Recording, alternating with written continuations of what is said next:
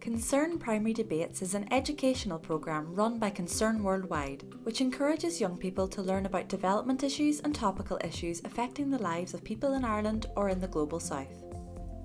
Concern Worldwide provides the structure of the competition and the motions. The Concern Debates focus primarily on knowledge, as opposed to public speaking skills. At a local level, the Concern Primary Debates are run by education support centres across Ireland who coordinate debates. Debates are usually held online during the day on a platform such as Zoom. Each school has 3 members per team. The chairperson and timekeeper are also students, usually provided by the proposition team. For online debates, each school should have their own timekeeper. On each team, there are the captain, Speaker 2 and Speaker 3. The captain speaks twice, once at the start and once at the end. Each speaker has 3 minutes to speak. Students should not receive any marks after the 3-minute time limit, so we suggest adjudicators stop marking roughly 10 seconds after you hear the second bell. Your local education support centre or school will ask you to adjudicate. They will inform you of the motion and the proposing and opposing schools. You don't need to research the motion, just an open mind, some paper and a pen will do. For local online debates there will be one adjudicator. The adjudicator will be asked to announce the result at the end of the debate and provide constructive feedback. You must mark the debate on the Concern Debates marking sheet. When 5 is the maximum mark, give 5 points for excellent, 3 or 4 points for very good, and 1 or 2 for needs improvement. When 10 is the maximum mark, give 9 or 10 points for excellent, 7 or 8 points for very good, 5 or 6 for good, and 4 or less for needs improvement. The 10-mark system is only applicable to the captain's closing speech. The first area the captain is marked on is introducing their team and how they outline what each team member is going to speak about. You should be looking for a clear explanation and different points divided up by the team. The captain should also define the motion by breaking it down and providing definitions of key words. Organisation and clarity. Marks are awarded if the student has a clear and organised speech. Ideally, the speech should have a beginning, middle and end, and the points they are trying to get across should be clear. Use of facts. Under use of facts, students should reference pieces of information to back up their arguments, citing where they got their information from. For example, according to Concern.net, 815 million people are currently hungry in the world. Students should be providing at least 3 facts per speech to score 4 to 5 marks. Relevance of arguments. When delivering their speeches, students should ensure that all their points are related to the argument and why their side of the motion is correct. Persuasiveness. This is where adjudicators should look out for good eye contact, tone of voice, public speaking skills, and if the speaker's argument was persuasive.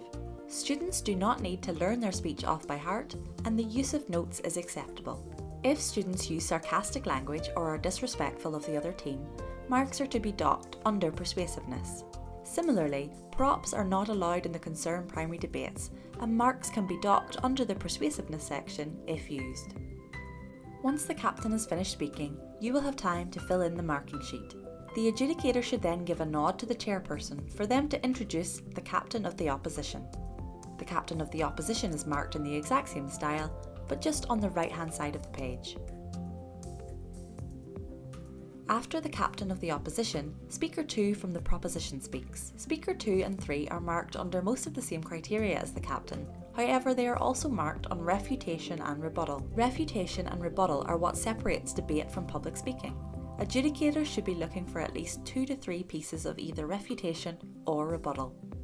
After Speaker 2 from the proposition, we have Speaker 2 from the opposition, then Speaker 3 from the proposition, followed by Speaker 3 from the opposition. Finally, we come to the captain's closing speech. Please note that the captain of the opposition speaks first. Captains will be marked under the following areas: recap of their team's arguments, in which the captain summarises their opening speech, and that of Speaker 2 and 3. The captain also must rebut the opposing team's arguments. Please note that the captain is awarded a maximum of 10 marks for both of these sections. Captains must only focus on rebutting and summarising, and may not introduce any new information at this time.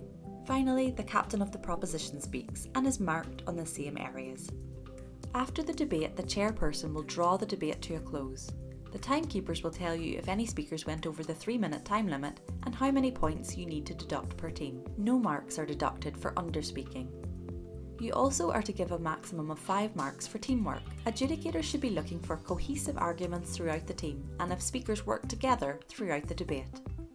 Once the debate is finished, adjudicators should turn off their mic and camera, total up their scores, and write some tips for feedback. Adjudicators should be positive and constructive with their feedback. You should never select a single student for specific feedback, be it positive or negative.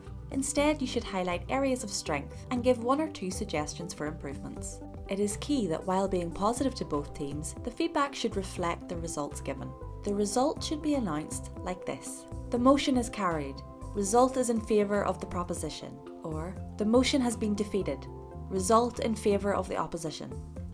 Once a decision has been made, the chairperson will invite the adjudicator to make their announcement.